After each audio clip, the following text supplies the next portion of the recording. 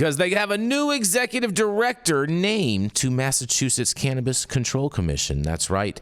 The CCC has been facing leadership, when we run this, facing leadership and staff turmoil for the past year. The Massachusetts Cannabis Control Commission named David Lakeman, a former commissioner staffer who's been working as a cannabis regulator in the Illinois for the past 4 years, to be its new executive director during a meeting on Monday. That's right. After months-long search that was kicked off in May, you guys. That's right. Lakeman will take over for Sean Collins, who left the post about a year ago amid a controversial shakeup that reached up to the then commission chairwoman, Shannon O'Brien.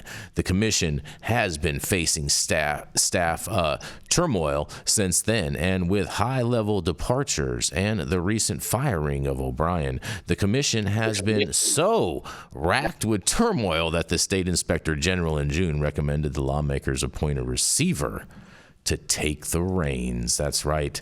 Debbie Hilton Creek, the commission's chief people officer, has been running things as acting executive director since Collins left, the Boston Business Journal reported.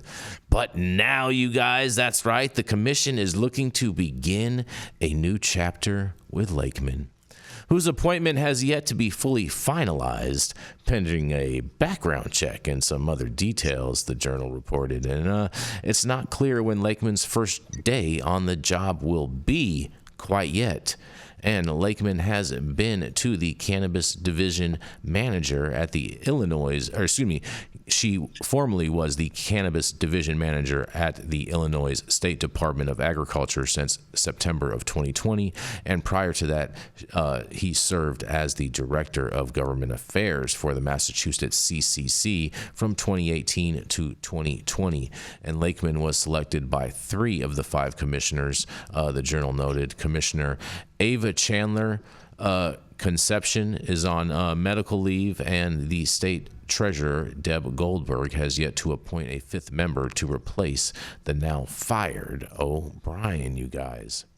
Lakeman beat out a CCC Director of Government Affairs and Policy, Matt Giannicola, City Block Health Senior Director, Marty Golgiggity, and Holliston Town Administrator Travis Ahern to win the executive director job, the Journal reported. Well, look at all these. He's such a winner, this guy. Look at that, and you can be a winner too on Halloween. Yeah. I got a lot of questions. I wish Cole Memo was in the building today. Is he in the chat?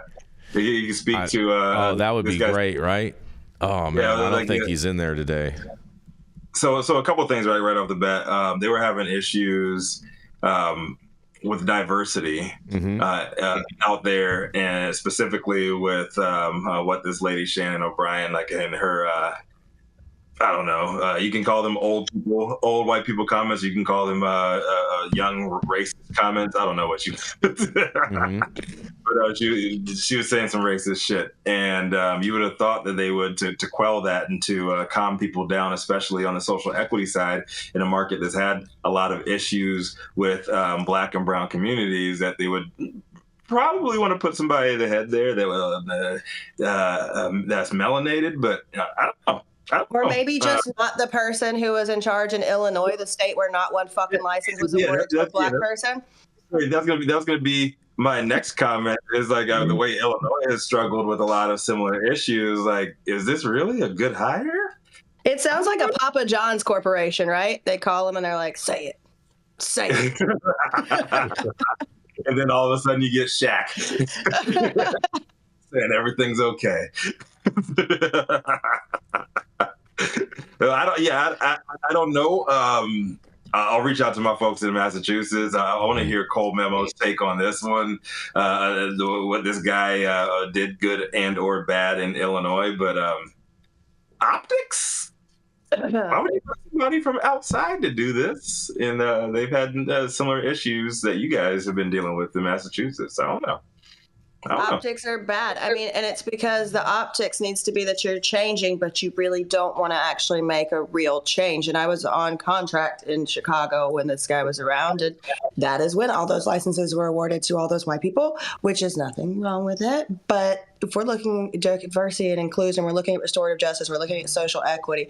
Chicago is an excellent place to start with restoring some Black and brown people's lives. And the fact that they didn't find not one Black nor brown person that they felt was valid to hold a license initially until we had to shake that shit up and give them back out is disturbing to me. And I think that this is going to be more of the same.